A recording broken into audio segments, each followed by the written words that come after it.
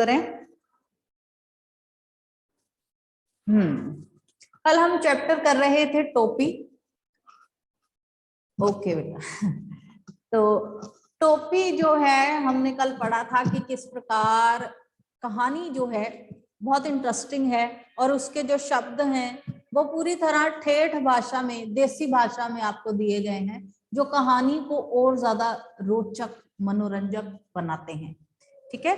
तो मैंने आपको बताया था कि कहानी किस बेस पे है कि जब भ्रष्टाचार सर्वत्र व्यापक हो, तो राजा जब अत्याचारी हो, तो दुनिया किस प्रकार से दुखी होती है और वहां पे कार्य किस प्रकार से होते हैं, ये बताया गया है। एक छोटी सी नन्ही सी जी गवरिया है, चिड़िया है, तो वो क्या करती है, राजा के विरुद्ध विद्रोह करने का जो है छोटी सी कोशिश करती है। कहीं से उसको एक रुई का फाहा मिलता है, रुई का टुकड़ा सा मिलता है, और वो क्या है, फटाफट दुनिया के पास जाती है, रुई धुनाने के लिए कहती है। तो दुनिया जो है वो कहता है कि मैं ये बेकार काम कर रहा हूँ राजा का, राजा कोई मजूरी हमें नहीं देता है, मजदूरी नहीं देता है, और बेकार में हम उसके सारे काम करते हैं, तो मैं फ्री में कोई काम नहीं कर सकता। तो इसके बदले में जो गवरिया है उसको कहती है कि आधी रुई जो है वो तू रख ले और आधा जो है मुझे दे देना। तो आधी आधी पे जो बात होती है वो उसे बड़ी अच्छी लगती है। आज तक बेचारे को कभी उसकी मेहनत का मूल्य नहीं मिला होता, यहाँ पे पूरा आधा जो है वो अपना हिस्सा दे रही होती है, तो वो फटाफट जो है रुई का काट कर उसको वो बना देता है, धुन देता है। उसके बाद वो आगे जाती है, इसके पास जाती है, रुको, दुनिया के बाद वो जाती है कोरी के पास सूत काटने के लिए। तो सूत काट कर धागे बनाकर जो है कोरी दे देता है, उसको भी वही ऑफर करती है कि तू इसमें से आधा रख ले, आधा धागे तू बना दे।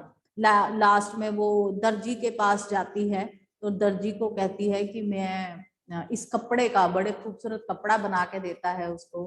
तो वो कहती है कि इस कपड़े की मुझे टोपी सिल दे। तो दर्जी कहता है कि मैं फ्री का काम नहीं करता, वैसे भी हम राजा के काम कर करके मर चुके हैं। तो वो कहती है कि एक टोपी तू अपने लिए रख लेना और एक टोपी मुझे बना देना। और इस बात पे दर्जी भी बहुत खुश होता है, तो वो दो जो है टोपियां बनाता है।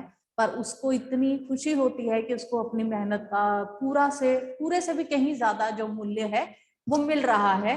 तो इसलिए वो दो टोपियां जो बनाता है गवरिया की टोपी पर, वो अपनी खुशी से 2-4 लड्डू से लगा देता है, तो उसकी जो टोपी है वो और ज्यादा अच्छी हो जाती है।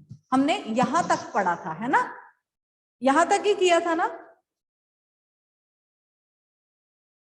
चलिए जी, गवरिया टेढ़ टांगों पर नाचने लगी, फुदक फुदक कर गबरे को दिखाने लगी, देख मेरी टोपी सबसे निराली, 5 फुंदने वाली, वाकई तू तो रानी लग रही है। गबरे को भी आखिरकार कहना पड़ा। तो टोपी पहन के बड़ी खुश उछल रही, नाच रही, और गबरा भी जो है उसे खुश देखकर खुश हो रहा था। रानी नहीं राजा कहो मेरे राजा, गवरिया ऊंचा उड़ने लगी। अब कौन राजा मेरा मुकाबला करेगा। टोपी पहनते ही उसके मन में एक नए हुलस ने जोर मारा। हुलस मतलब नई तरीके की एक शरारत करने का उसका दिल किया। ठीक है, हुलस मतलब शरारत, लिखने की जरूरत नहीं है, आप ऐसे अपने आप ही उस पर लिख लीजिए। हुलस ने जोर मारा कि क्यों ना इस मुल्क के राजा का भी एक बार जायजा लिया जाए, जिसके लिए इतने सारे काम होते हैं।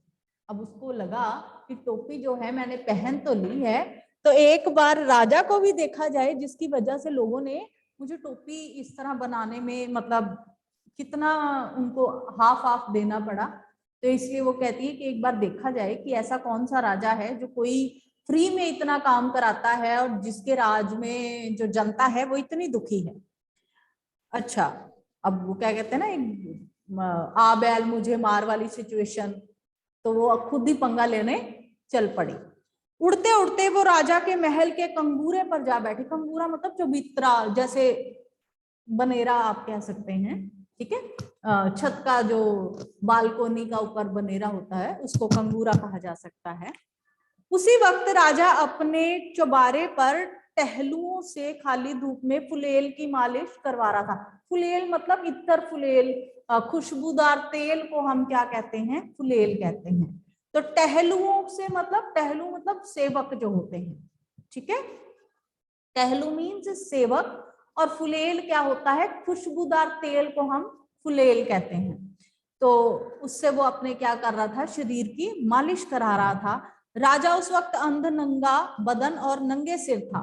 एक टहलुआ सिर पर चंपी कर रहा था, मतलब सर पे उसके तेल लगा रहा था, और दूसरा हाथ पांव की उंगलियां फोड़ रहा था, तो तीसरा पीठ पर मुक्की मार रहा था, चौथा पिंडलियों पर गुद्दी काट रहा था। पिंडलियां दबाना जोर जोर से, उसको क्या कहते हैं, गुद्दी काटना, ठीक है। वो जो पिंडलियों में एक स्पेशल मांस सा होता है हमारे नीचे, तो उसको ऐसे पकड़ पकड़ कर, आप भी देखो जब कभी मम्मा कहती है कि मेरी टांगे दबा दे, दर्द हो रही है, तो आप उसको हल्का हल्का दबाओ तो बड़ा रिलीफ मिलता है।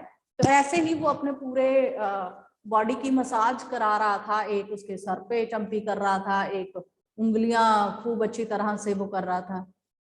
वॉइस इज लैकिंग, नेटवर्क की थोड़ी प्रॉब्लम रहती है बेटा, इधर क्या करें, ये मेरे बस में नहीं है ठीक होना, क्या करूं। अच्छा जी, मालिश करवाते, अच्छा, गवरिया कंगूरे पर से चलाई, मेरे सिर पर टोपी, राजा के सिर पर टोपी नहीं, राजा के सिर पर टोपी नहीं। खुद दी पंगे लेने में होशियार टोटल, उसे किसी बात का डर नहीं था, ठीक है। स्टॉपिंग इन बिटवीन, ओके बेटा, यहाँ नेटवर्क का थोड़ा बहुत इशू है। हाँ, नेट का वाईफाई लगा लो, वाईफाई लगा हुआ है बच्चे, वाईफाई लगा है, स्कूल में हूँ, स्कूल का वाईफाई चल रहा है। हाँ, तो ये पूरा यहाँ पे टावर पूरे दिखा रहा है, बीच बीच में लैग हो ही जाता है। चलिए, जब जहां कुछ समझ नहीं आएगा मैं दोबारा समझा दूंगी, ठीक है। तो अब वो क्या है, मैंने आपको बताया कि गवरिया जो है वो बड़ी शैतान है। उसने राजा को पूरा छेड़ने का मन बना लिया कि मैं इसको तो तंग करूंगी, इसने सारी दुनिया को तंग करके रखा हुआ है। तो वहां वो उसके चबूतरे पर जाके चिल्लाने लगी कि मेरे सर पे टोपी और राजा के सर पे कोई टोपी नहीं। अरे कोई मेरी टोपी लाओ जरा जल्दी, राजा दोनों हाथों से अपना सिर ढकते हुए चिल्लाया। अब राजा को कोई बोले तो टोपी के बिना, टोपी के बिना, अर्धनंगी हालत में, तो वो फटाफट अपने नौकरों को कहता है कि मेरी भी टोपी लेके आओ। मेरी टोपी में 5 टोपी आ गई, राजा ने झट पहन ली। देख रही फदबुद्धि, मतलब छोटी सी चिड़िया, ठीक है, वो कहते हैं देख मैंने टोपी पहन ली।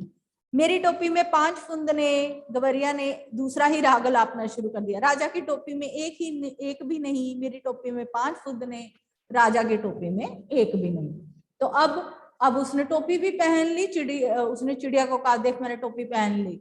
चिड़िया और ज्यादा उसको चिढ़ाने के पूरे मूड में। देखो, जो बंदा ईमानदार हो ना, वो किसी से डरता भी नहीं, उसको परवाह भी नहीं है कि मैं जो ये बेईमान है इससे पंगे ले रहा हूं तो क्या होगा, ठीक है। तो ये इसी तरह वो सबसे अत्याचार जो है राजा के सुनकर आई थी, तो इसलिए उसको परवाह भी नहीं है कि क्या होगा, वो वहां उसके साथ पंगे लेने के लिए पहुंच गई। तो फिर यहाँ पे वो क्या कहती है कि राजा की टोपी में तो वो ही नहीं है, लड्डू नहीं है, और मेरी टोपी में इतने सारे लड्डू जड़े हैं। पहले उसने बोला कि तेरे सर पे टोपी नहीं है, राजा ने फटाफट टोपी पहन ली। उसको कहता है कि देख मैंने टोपी पहन ली। तो उसने कहा तुम्हारी टोपी तो बेकार है, मेरी टोपी में 5 लड्डू हैं, तुम्हारे में तो एक भी नहीं है। अब जो है राजा को बड़ा गुस्सा आया, राजा को बेहद हेठी महसूस हुई। हेठी मतलब बड़ी अपमानित सा खुद को महसूस करने लगा।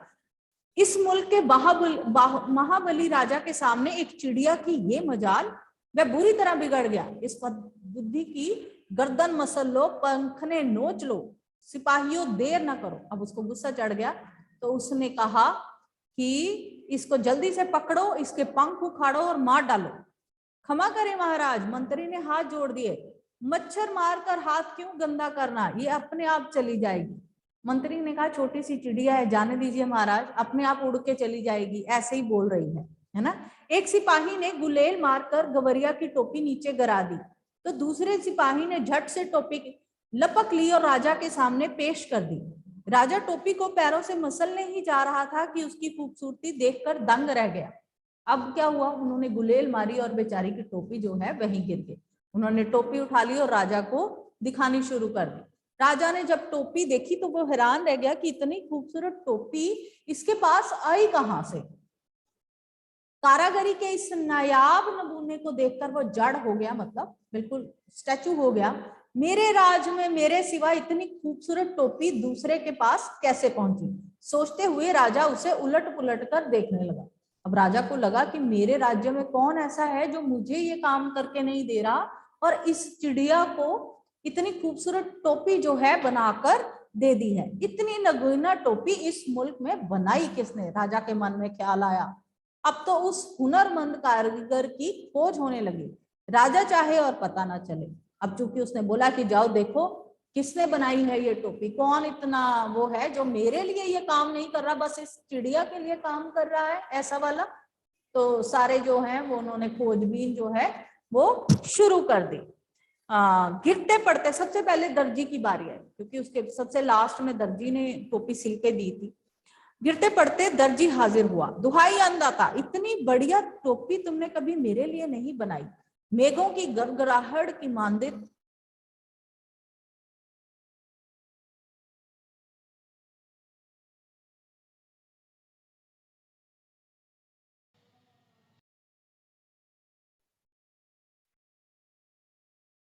जिस हिसाब से नेटवर्क है तो ध्यान रखें, मैं आऊंगी, मैं जाऊंगी गवरिया की तरह यहाँ, गवरिया की वहां, तरह वहां।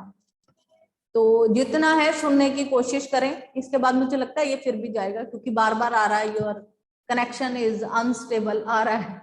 तो ठीक है, तो समझ लो मेरा आना जाना अब लगा रहेगा। जब ये शुरू हो जाता है तब फिर काम खराब हो जाता है। तो सबसे पहले क्या हुआ, दर्जी को बुलाया गया। अब दर्जी की शामत आ गई। उसने बोला राजा ने कि तूने मेरे लिए तो कभी ऐसी सुंदर टोपी बनाई नहीं, और इस बेकार सी चिड़िया के लिए तूने इतनी खूबसूरत टोपी बनाई है, तेरी ऐसी हिम्मत। दुहाई अंदाता, हमें दुहाई नहीं वजह बताओ।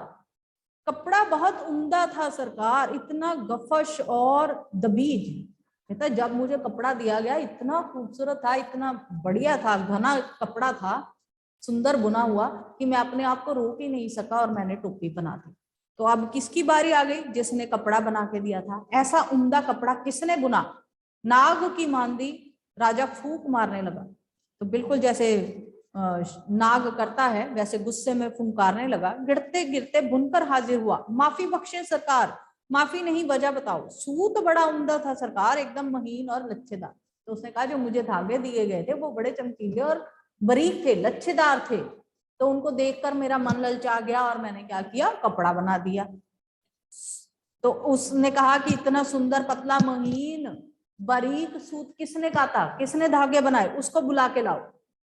अब कोरी हाजिर हुआ, जान बख्शे महाराज, जान नहीं वजह बताओ। अब उसने कोरी को बोला भी तूने कैसे ऐसे धागे बनाए भाई, तूने मेरे लिए कभी नहीं बनाए। रुई इतनी बेहतरीन थी सरकार, एकदम बादलों की तरह धुनी हुई। अब उसने कहा कि मेरे पास रुई आई, इतनी अच्छी थी कि मेरा दिल कर पड़ा कि पहले मैं इसके धागे बना लूं। अब रुई, जिसने रुई धुनी थी, अब उसकी टर्न आ गई। इतनी बेहतरीन रुई किसने धुनी, बिजली की तरह राजा की आवाज कड़की। हाँफते छाती पीटते दुनिया हाजिर हुआ, क्षमा अंदाता, क्षमा मतलब क्षमा करें, क्षमा नहीं वजह बताओ। राजा गुस्से में कांप रहा था। तुम चारों ने मिलकर गवरिया का काम किया, हमारे लिए